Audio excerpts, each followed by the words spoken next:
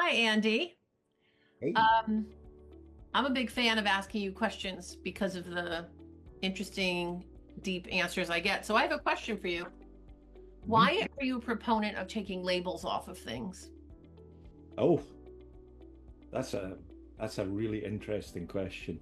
I think it has a little bit to do with bias Okay. because when I say I want to talk to you about safety, I know what I mean. When somebody says or the recipient goes through all of their experiences of the past in safety and goes, "Oh yeah, great," or "Uh-oh." And I think the other thing is when it comes to, we'll talk about conversations on the front line, if you like.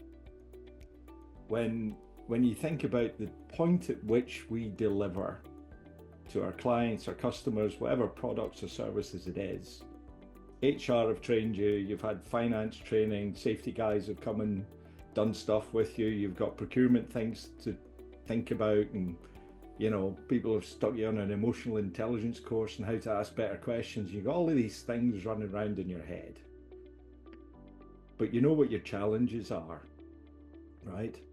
And if I try and put a label on and everybody else puts a label on, then you've got a front line that's trying to balance, I've got to do the job, but I've got all of these things to think about as well. So if I go to the front line and say, what's it like to be you here? What challenges do you face? What adaptations do you have to make? And what are you struggling with? They'll just tell me what their story is. And sometimes it's a safety thing, and sometimes it's a quality thing, and sometimes it's a finance thing.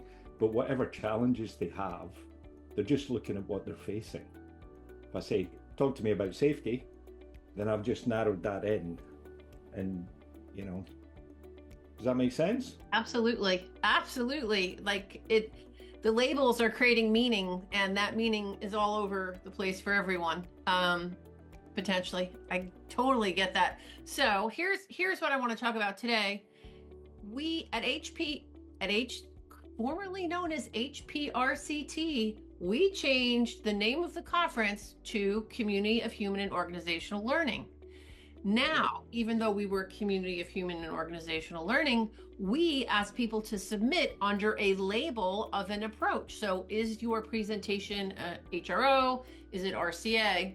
This year we tried something new, which is, and I was involved in the conversation, so I feel responsible of whether it was a learning decision is what it'll be. But we decide, what if we sort of create three buckets for the presentation is under the sort captured, it's about people, it's about processes, or about profitability. What do you think about that decision? What's good, bad, and different? No, I think it's good. No, I think it is good. I think the whole, safety profession is trying to say, let's shake off a reputation because we have a reputation that sometimes isn't a great one. And when we go to conferences, sometimes we reinforce the reputation by talking about rules and tools. So if we can move away from rules and tools and sound more like the board, right? How are our people doing? How are we motivating? How are we creating the conditions for them to thrive? If you can't have conversation at the board about, what is the return on investment of safety? And you can't just say, well, do you know what the cost of having an accident is? It doesn't wash, right? You can't go in and say, well, we're going to be less bad, right? We're going to find bad things and we're going to be less bad. So no, no, what? Tell me, have a business conversation with me about why we're going to be a better version of ourselves. Have a business conversation with me about, if I do this with you now, how are we a better company? And there's a huge ROI in trust. There's a huge ROI in understanding that safety is an outcome of how you run the business. So what is the process that we go through to make the outcomes happen? And if you can focus on that, right, not the outcomes and working our way backwards. So I think people, we struggle with engagement. Why? Leadership, conversations, employee engagement, and so on. Why? What's the process that we're going to go through to get people on board, to get them engaged, to contribute in a positive way? And what's the ROI? And how do we support the overall business objectives? Because if you're thriving and successful, that's what the board want to hear about, right? So that's my take. What about the process and the profitability? So what I hear you saying is we've now just shifted into some buckets that will raise the eyebrows and create meaning for the board. So even though there's still labels, because we have to have some, we picked ones that are interesting, that everyone can gather around versus something that's foreign or may even feel threatening. Yeah, but I think great questions are a superpower, right? You ask questions to promote critical thinking and problem solving. So if you've got quite often people listen to the question and figure out the one that they would rather you asked and then come up with the answer that they want to give, right? But I think your whole aim there on, well, let's talk about profitability. Oh, okay. How is it that I can show that this is desirable for an organization, right? When you talk about process, you're not asking people for another tool, right? Everybody does start of work meetings, right? Everybody does observation process, everybody does audits. But if you look at it from as I would do, what's the process by which we create better outcomes, then challenge that back. It needs to be more than a tools conversation. And that when I hear process, I hear more than tools. I hear collaboration, I hear connection, I hear contribution, because that's the process that we need to go through to create outcomes that are beneficial or better. So makes sense. The buckets, okay, the three categories are really asking a question of the presenter that they have to self-reflect and say, okay, I better be contributing to these somehow, to these essential elements of the business, and how do I do that with what I'm going to bring to the conference? And interestingly, what do you think about this? We have less, I meant to get the numbers this morning, but the process is much higher category than the people or the profitability. Surprise. Welcome to the safety profession. Yeah, no, I think, if CHOLearning is trying to push the profession in a different direction, it needs to create different thought processes. If I can change the way you think, then I can change the way you behave. So, year one, we're trying something different, see what happens, and then build momentum on it. I think the other thing for me with previous conferences, there are a huge number of really, really interesting people that come and speak, right? These people that have achieved phenomenal success and are willing to come and share knowledge and learning and interact with people. That's great. But when you've got 4, 5, 10 people talking about what they want to talk about in a given day, you're completely overloaded. You do workshops on Monday, Tuesday, Wednesday, Thursday, you're in, speeches, you've got workshops on the Friday. It's hard. So I think if you narrow that down and say, okay, we're gonna look at the profit bucket, then you've got a range of tools underneath a theme, a range of topics under a theme, a range of things that people have applied and worked for under a theme, and then you can start and kind of focus out, or focus in, should I say. So instead of having this, 50 different opportunities to learn from somebody in an hour, you're starting to create themes that are aligned with go back and add value to your organization, because relationships are the foundation of all success. We can do nothing in isolation, and safety professionals are facing burnout and frustration because we're trying to connect with people. So how do we do that, right? What's the process of value creation in the organization? Because we want to know that. how is it that we're all knocking on the door of the C-suite trying to figure out, please see me as a value add? Well, let's look at the profit streams and see what comes out of that, because we're dying to have a seat at the table that gives us a bigger slice of time, trouble, effort, investment, resource, whatever you want to call it. So I think it's a good thing. Okay, this is exciting because now it's these labels, even though we're the new labels, okay, more broader labels are actually now going to be meaningful to the board. They're asking a question of the presenter, but it's also organizing thematically for the participants. No, absolutely. I thought the whole point behind it, right?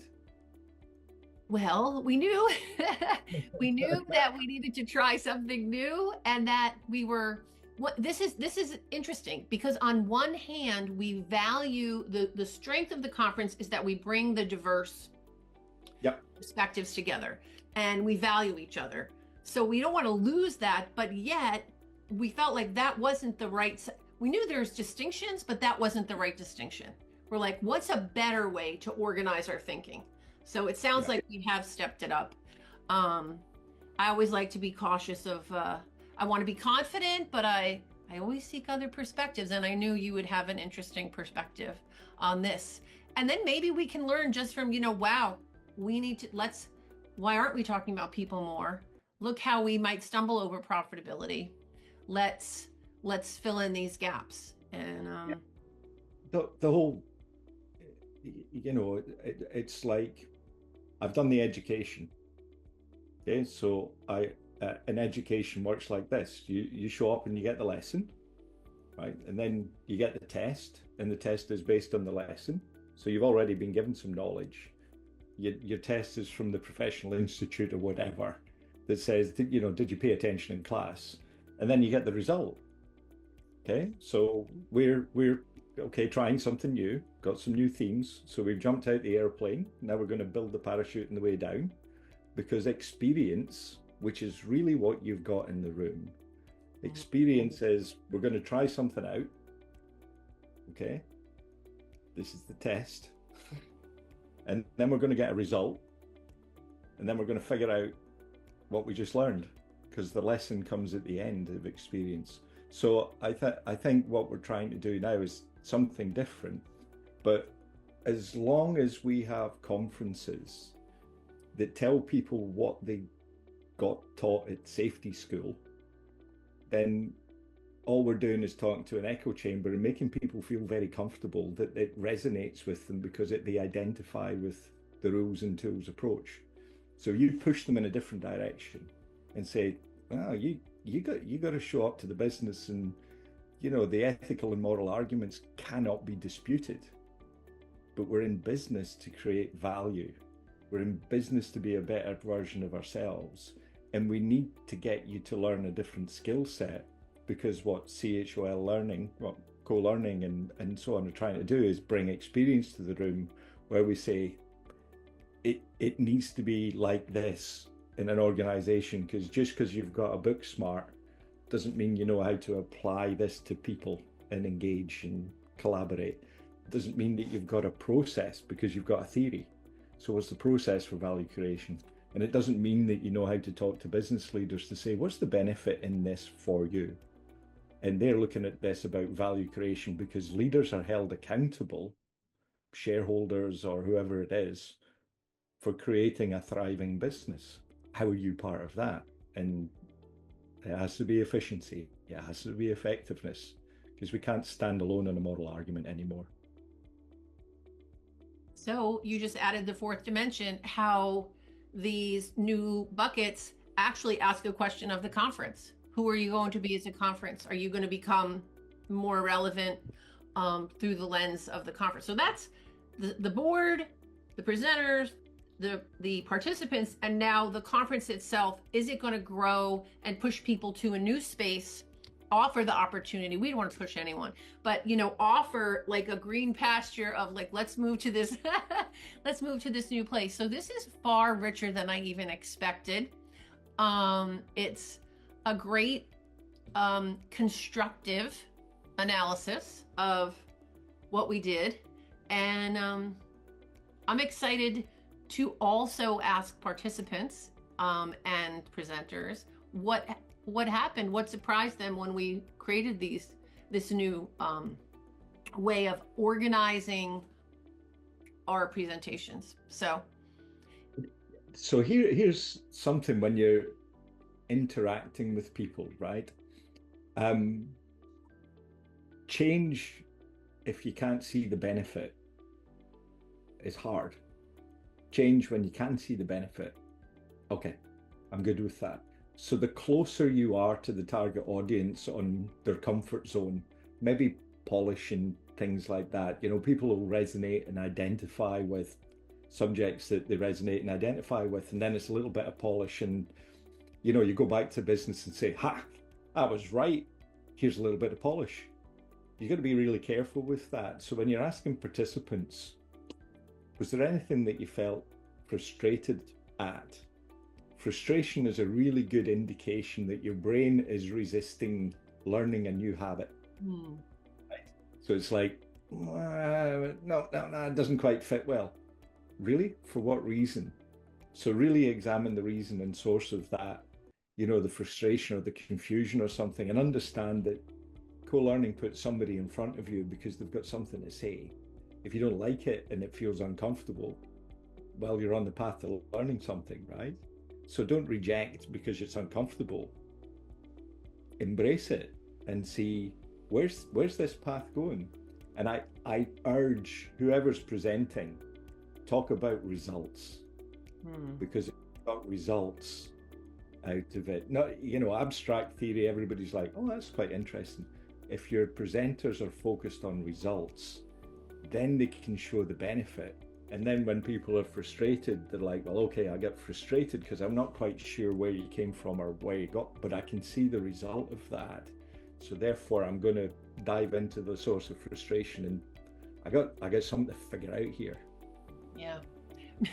If you think about it, of the community of human and organizational learning, if we're about learning, we all need to get comfortable with being uncomfortable of learning. So maybe that's something Charles needs to talk about, like getting our mindset up. It's like, you know what? It's okay if you get uncomfortable. That's a good sign. You're not listening to what you already knew. You're being challenged, and this is where the growth will come from. So that could be a really interesting tidbit to work with. The bit in the people bucket, I think. Yeah. The people bucket. I'm also interested in seeing, I'm in the people bucket. Who else is in the people bucket, and how can we learn from each other and strengthen, what we can offer to the world through. I think right, and I've been given opportunities that I would say I'd taken, right, but it's other people made me. Other people's perspective made me.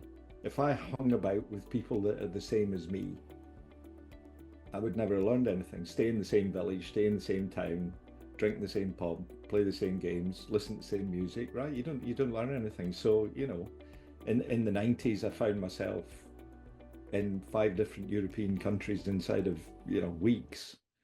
And I figured out that different perspectives and different backgrounds have different ways of solving problems, have different language and ways of talking to each other and collaborating, and some are a bit more direct than others. If you're in the Netherlands, you're straight talking guys, right? If you're in France, it's more about relationships, and you talk for half an hour before you actually get into a proper conversation about why we were here. But though the whole point of co-learning, bringing people from so many diverse backgrounds, so many different industries, is so that you get an opportunity to hear how somebody else had a different approach. And the more you get comfortable with different approaches, the easier it becomes to get comfortable with different approaches, right? And I think the other thing, when you put it into buckets, I've worked in so many different industries. Nuclear, I'm sorry for singling them out, but when you show up and they're like, oh, you're from oil and gas, you're different. Okay. So are you looking for people engagement, for leadership? Are you looking for a process by which to create value? Are your board interested in ROI? Well, yeah, okay, so we're the same then. Right? So I think again, going back to those themes, a philosophy, HOP, is applicable no matter what industry that you're in, right? It's individuals are individual performance is influenced by organizational processes and values. Values are common: trust, respect, dignity. So I think the themes that you've picked out help us see what's the same. And when you see what's the same, it's a lot easier to build the learning and stop a little bit of the Stone Age 1.0 programming that says, not one of us, not one of us. And it shuts down learning, right? So I think I keep saying the word themes because we talked about taking labels off earlier on. So let's go with themes.